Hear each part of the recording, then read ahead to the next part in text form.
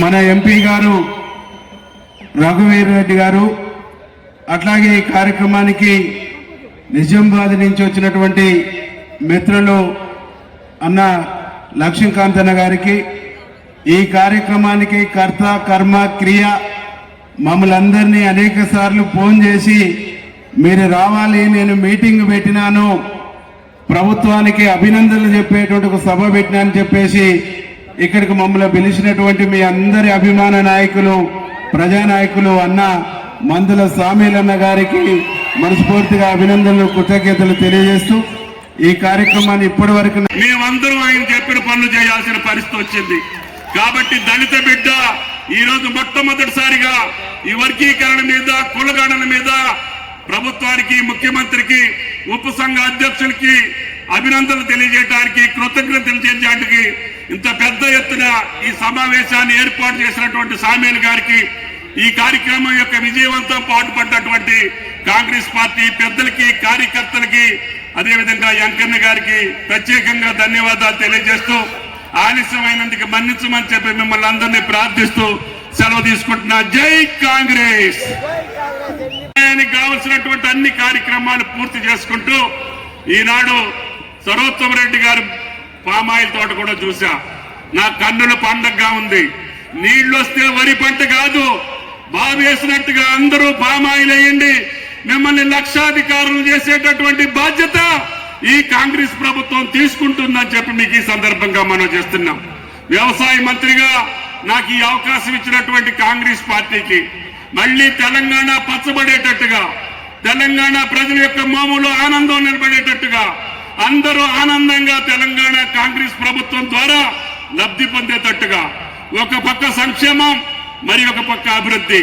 మీరు చూశారు మూసీ ప్రక్షాళన అంటే ఏ పార్టీలు ఏం చెప్తున్నాయో, ఆ యొక్క కలుషితమైనటువంటి నీళ్లు తాగి ఆ పండేటటువంటి పంటలు తిని ఈ యొక్క నల్లగొండ జిల్లా పడేటటువంటి బాధలకి విరుద్ధంగా కాంగ్రెస్ ప్రభుత్వం రేవంత్ రెడ్డి గారి నాయకత్వంలో, ఉత్తమ్ గారి సలహా మేరకి మూసీని కూడా గోదావరి జలాలతోటి ప్రక్షాళన చేస్తామని చెప్పి కూడా మీకు ఈ సందర్భంగా నల్లగొండ ప్రజలకు విజ్ఞప్తి చేస్తున్నాం.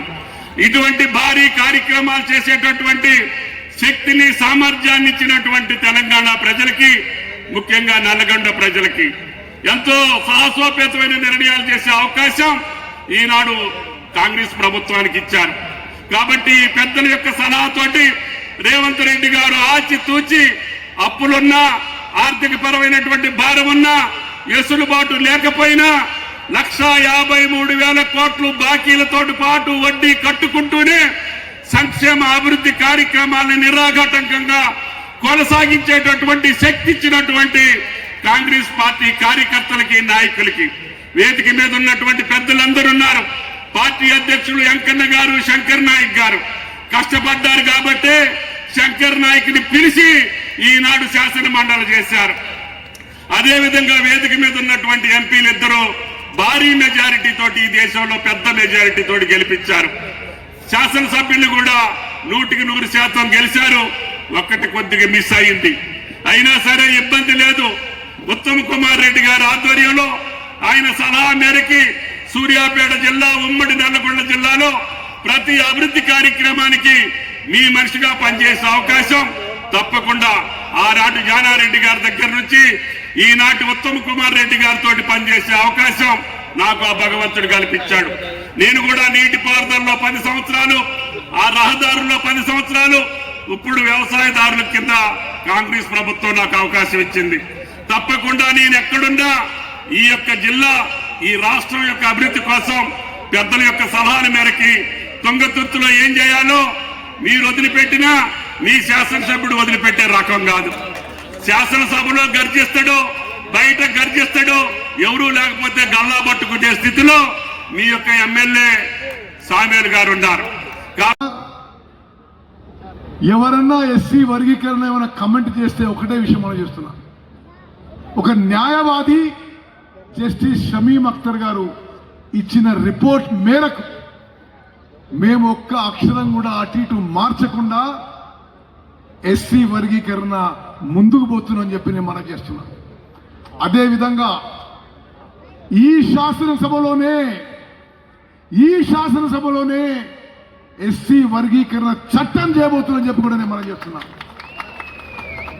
మీడియా మిత్రులారా, ఇంకో విషయం గమనించండి. చాలా మంది మాకు ఈ సబ్ కమిటీ విషయంలో ఎస్సీలకి రిజర్వేషన్స్ పెంచాలని చెప్పి రిప్రజెంట్ చేయడం జరిగింది. మేము ఆ విషయంలో వచ్చే సంవత్సరం 2026లో జరిగే సెన్సస్ ప్రకారము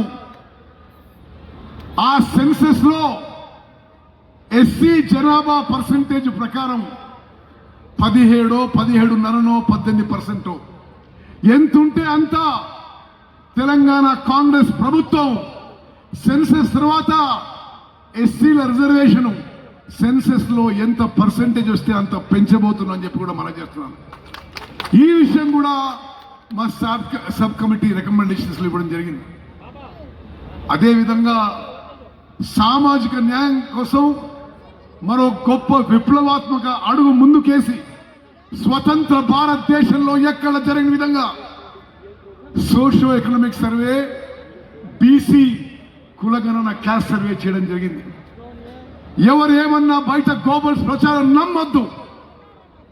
మన ప్రభుత్వం, మన కాంగ్రెస్ ప్రభుత్వం ఒక సాహసోపేతగా నిర్ణయం తీసుకొని చాలా పకడ్బందీగా 104,000 మంది టీచర్లని ఇతర ప్రభుత్వ ఉద్యోగాలను పెట్టి 50 రోజుల పాటు వేరే పని ఇవ్వకుండా, ఒక్కొక్క ఎన్యూమరేటర్కి 10 ఇండ్ల కంటే ఎక్కువ బాధ్యత ఇవ్వకుండా 160 కోట్ల రూపాయలతో